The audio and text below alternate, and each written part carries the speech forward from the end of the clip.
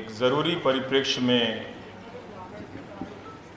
इसका स्वरूप तय किया गया है कि जिन पत्रकारों की हत्या हुई है उनके मामले कहाँ तक पहुँचे हैं और जिनको पीछा किया गया है उनके मामले में क्या क्या कुछ हुआ है। वैसे जिनके खातिर कुछ लोगों की आवाज़ दबाने की कोशिश की गई वो अभी 24 घंटे से उनकी आवाज़ नहीं निकल रही है। हम समझ सकते हैं कि रुपया 72 रुपया, $1 72 रुपये का हो गया है, उस पर आप नहीं बोल पा रहे हैं, पर हम नहीं समझ पा रहे हैं कि अंबानी इतने प्रिय हो गए कि उसके लिए भी आप नहीं बोल पा रहे हैं। तो ये उदाहरण मैं इसलिए दिया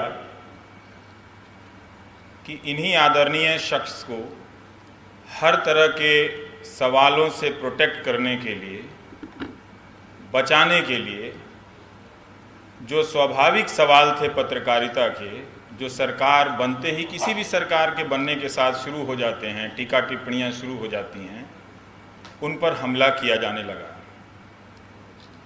और ये बहुत शुरू में लोगों ने सोचा कि कोई जनादेश की ये स्वाभाविक अभिव्यक्ति है, वो जनादेश जो बहुत ही सकारात्मक तरीके से किसी नेता को चुनता है, वो अचानक उसके शपथ ग्रहण के बाद वो जनता गाली गलौज की भाषा में बात करने लगती है।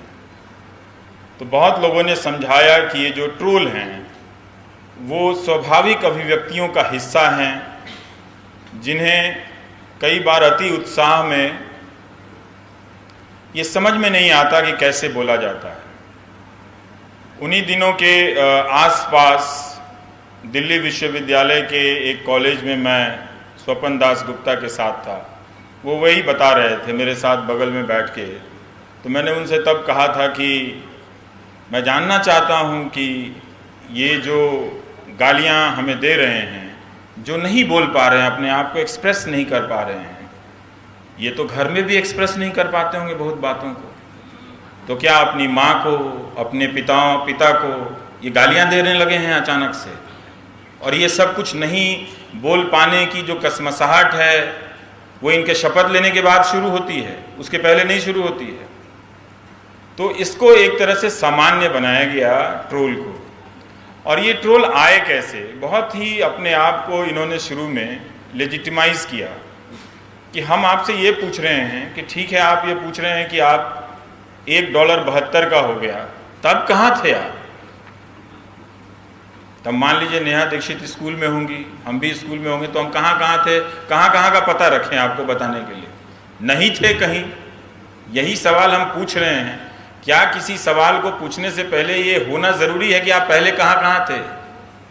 तो ये एक इज इक्वल टू की थ्योरी बनाई गई कि पहले भी होता था, अब भी होता है, अब आप बोल रहे हैं, पहले आप नहीं बोलते थे, पहले हम एंकर ही नहीं थे, पहले आप ही हमको नहीं जानते थे, तो मेरे बोलने लिखने का क्या मतलब था?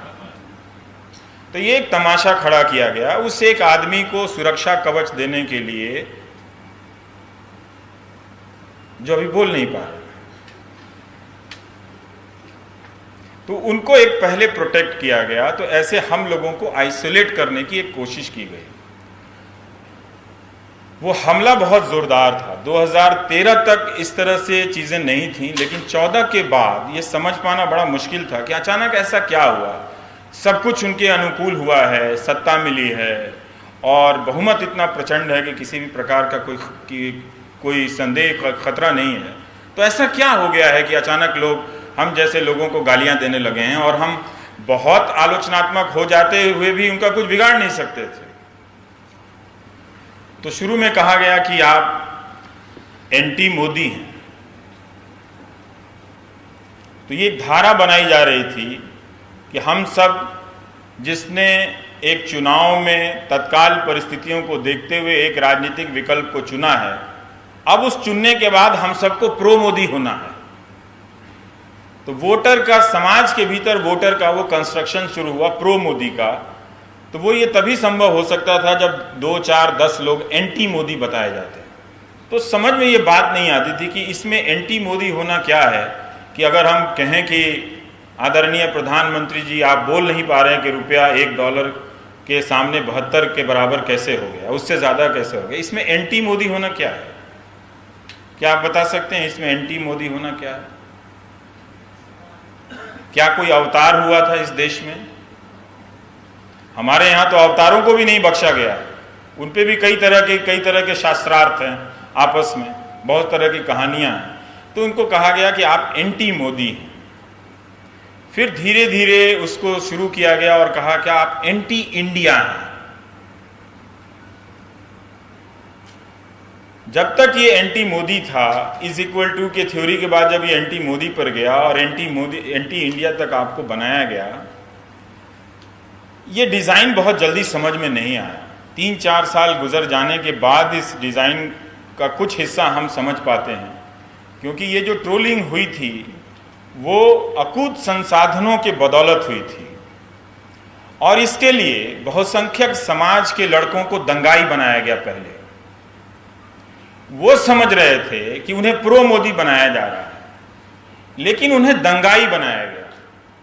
दंगाई का काम क्या होता है? एक सक्रिय रूप से हस्तक्षेप करता है, एक रणनीतियां बनाता है, लेकिन पहली बार बहुसंख्यक समाज के भीतर एक ऐसे हिस्से का निर्माण किया गया और वो तैयार किया गया, उसका हिस्सा काफ़ी बड़ा था, जो ऐसी हत्याओं पर, ऐसे हमलों पर या तो चुप रहे या फिर उसको छोड़ के तरह तरह से उसको उचित ठहराने के लिए तर्कों का जुटान करे, तथ्यों का जुटान करे। मारा गया है अखलाक, बात आप किसी और चीज पे कर रहे हैं, और आप देखिए कि उसको किस तरह से उसका एक नेटवर्क था। 4 साल 3 साल बाद एक राष्ट्रीय पार्टी के अध्यक्ष, भारतीय जनता पार्टी के राष्ट्रीय अध्यक्ष कहते हैं कि हम अखलाक के बाद भी जीते। आप जीते, बिल्कुल जीते, क्योंकि आपने ट्रोल के जरिए, जब वो बहुसंख्यक समाज सोचेगा कि हमारे लड़के किसी नेता के पीछे पागल हो जाएं, वहां तक तो ठीक है, लेकिन दंगाई बन जाएं, ट्रोल बन जाएं, क्या वहां तक भी ठीक है? इस बहुसंख्यक समाज को तो बताना पड़ेगा। अगुआ को बताएगा क्या? हमारा लड़का इंजीनियर है, साथ में 2-4 रवीश कुमार को भी गाली देता है माँ बहन की, बताएगा क्या दरवाजे पे बैठ के उसका बाप? नहीं बताएगा ना।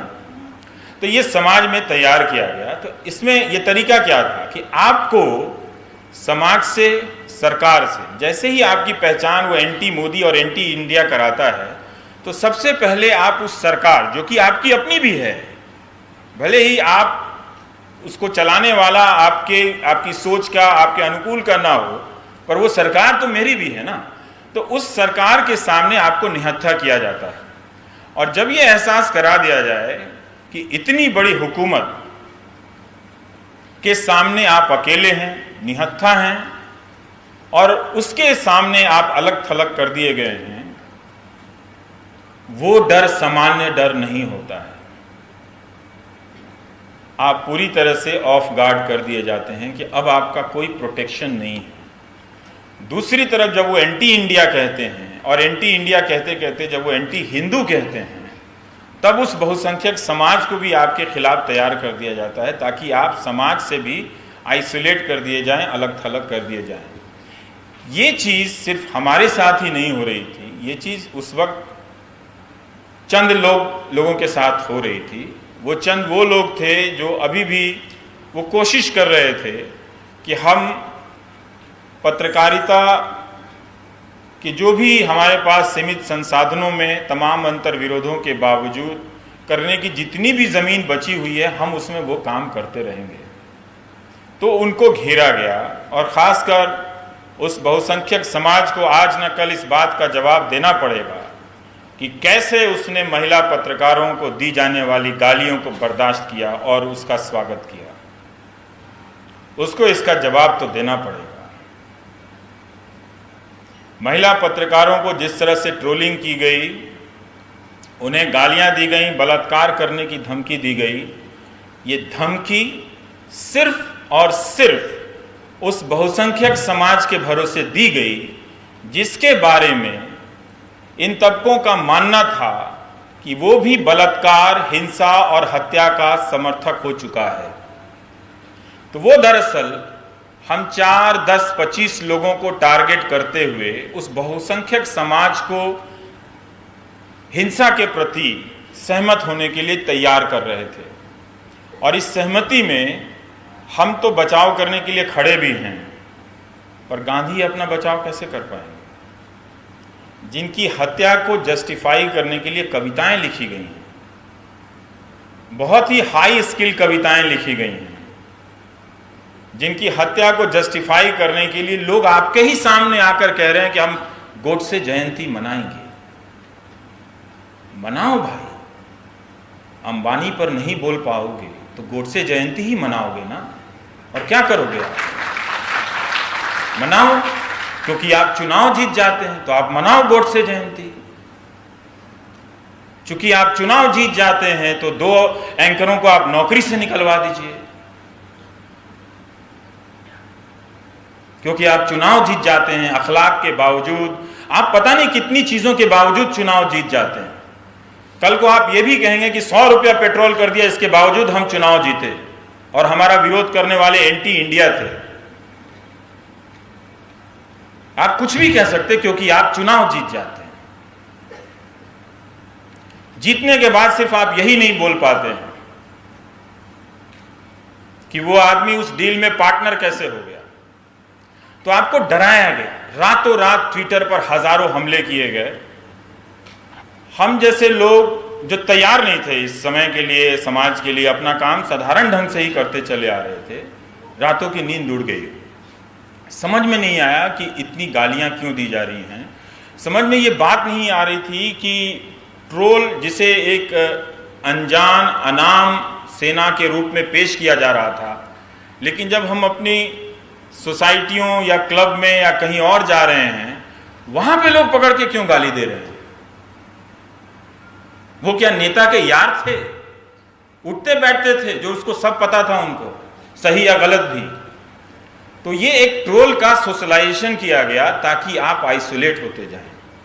और ये स्थिति बहुत भयानक थी, जिस एहसास के साथ कि आपको हर उठती गिरती निगाह ये देखे कि आज आप जिंदा हैं, कल आप मार दिए जाएंगे, आज आपकी नौकरी है, कल आपकी नौकरी चली जाएगी।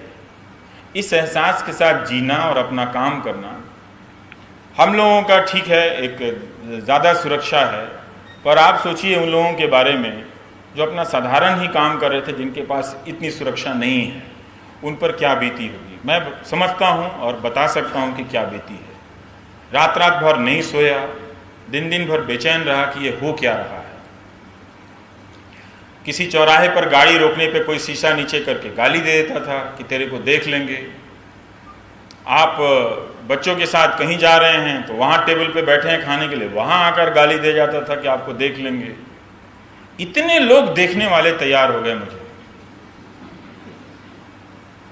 किसके शह पे? क्या हिंदुस्तान की जनता ने 2014 में यह तय किया था कि इनको लाओ तो, और इनको लाके ये 10-20 पत्रकारों को पिटवाओ? ये इसलिए आप लोगों ने फैसला किया था। तो इस देश का समाज इतना बुज़दिल हो गया, मैंने इतना बुज़दिल इंडिया कभी नहीं देखा अपनी जिंदगी में। वो बुज़दिल इतना हो गया कि 2014 से पहले जिस तरह से लोग स्वाभाविक रूप से सरकार से टकरा रहे थे, बात बात पे रामलीला मैदान में जमा हो जा रहे थे, ये कितना अच्छा क्षण था कि आप जनता बहुत दिनों के बाद ये एहसास कर रही थी कि कितनी भी 10 साल से चली आ रही सरकार हो या 20 साल तक चलने वाली सरकार हो, हम उससे बड़े हैं।